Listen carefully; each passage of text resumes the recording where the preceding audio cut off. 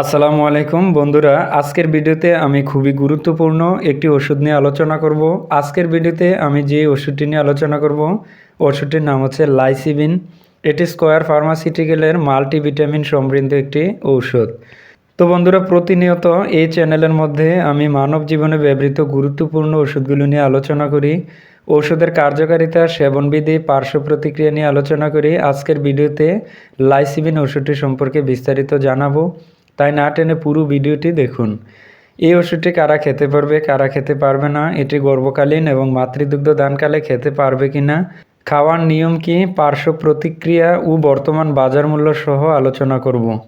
লাইসিবিন প্রতিটি ট্যাবলেটে আছে L-লাইসিন USP 50 milligram, vitamin A, vitamin D3, vitamin E, vitamin B1, vitamin B2, vitamin B6, vitamin B12, vitamin C, nicotinamide এবং folic acid, যা সাধারণত শরীরের উচ্চতা ওজন বৃদ্ধিতে সহায়তা করে, ক্ষুধা বাড়ায়, মাসল প্রোটিন তৈরিতে সহায়তা করে, ক্যালসিয়ামের শোষণ বাড়ায় এবং শক্তি তৈরিতে সহায়তা করে। এখন আমরা জানবো ওষুধটি কী সমস্যায় খাওয়া যাবে। থাম্বনেল দেখে বন্ধুরা আপনারা বুঝতে পেরেছেন, যাদের মুখে রুচি কম, খেতে মন চায় না, দুর্বল, দীর্ঘদিন না খেয়ে শারীরিক দুর্বলতা কাটাতে, মাসেল প্রোটিন তৈরিতে, ক্যালসিয়ামের শোষণ বাড়াতে, ক্ষুধা বাড়াতে এবং রুচি বাড়াতে সাধারণত এই ট্যাবলেটটি নির্দেশিত। ট্যাবলেটটি খাওয়ার নিয়ম: প্রাপ্তবয়স্ক রোগীর ক্ষেত্রে 1 থেকে 3টি ট্যাবলেট প্রতিদিন, অর্থাৎ সকালে, দুপুরে এবং রাতে ভরা পেটে ট্যাবলেটটি খাবে। যে সকল শিশুর বয়স 1 বছরের ঊর্ধ্বে, সেই সকল শিশুর ক্ষেত্রে প্রতিদিন 2টি ট্যাবলেট নির্দেশিত। প্রয়োজন ভেদে 3টি পর্যন্ত খাওয়া যেতে পারে। ট্যাবলেটটি অবশ্যই ভরা পেটে খেতে হবে। এখন আমরা জানব ওষুধটি গর্ভকালীন এবং মাতৃদুগ্ধ দানকালে খাওয়া যাবে কি না। লাইসিবিন ট্যাবলেটটি যেহেতু ভিটামিন, গর্ভকালীন এবং মাতৃদুগ্ধ দানকালে ওষুধটি খাওয়া যাবে কি না কোনো সুনির্দিষ্ট তথ্য পাওয়া যায়নি। তবে যে সমস্ত মায়েদের শারীরিক দুর্বল এবং রুচিকম, সেই ক্ষেত্রে আপনি এই ট্যাবলেটটি খেতে পারবেন, কোনো সমস্যা নেই। এখন আমরা জানব ওষুধটির বর্তমান বাজার মূল্য সম্পর্কে।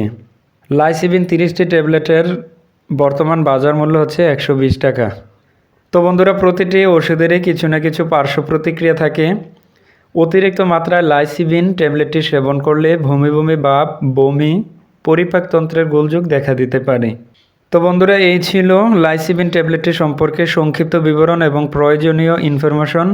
আপনি যদি কোনো ওষুধ সম্পর্কে জানতে চান তাহলে কমেন্ট করে ইংরেজিতে ওষুধের নাম লিখে দিবেন। আমরা পরবর্তী ভিডিওতে সেই ওষুধ সম্পর্কে বিস্তারিত আলোচনা করার চেষ্টা করব। ঔষধ সবসময় শিশুদের নাগালের বাইরে ঠান্ডা ও শুষ্ক স্থানে রাখবেন। ফার্মেসি থেকে ওষুধ ক্রয় করার সময় অবশ্যই ওষুধের মেয়াদ দেখে ওষুধ ক্রয় করবেন। আর আপনি যদি এমনই ওষুধ সংক্রান্ত ভিডিও দেখতে পছন্দ করেন তাহলে আমাদের বিডি হেলথ কেয়ার ইউটিউব চ্যানেলটিকে সাবস্ক্রাইব করে পাশে থাকা বেল আইকনটি প্রেস করে দিবেন পরবর্তী ভিডিওগুলো দেখার জন্য। আর যারা অলরেডি সাবস্ক্রাইব করেছেন তাদেরকে অসংখ্য ধন্যবাদ। সবাই ভালো থাকবেন, সুস্থ থাকবেন। আল্লাহ হাফেজ।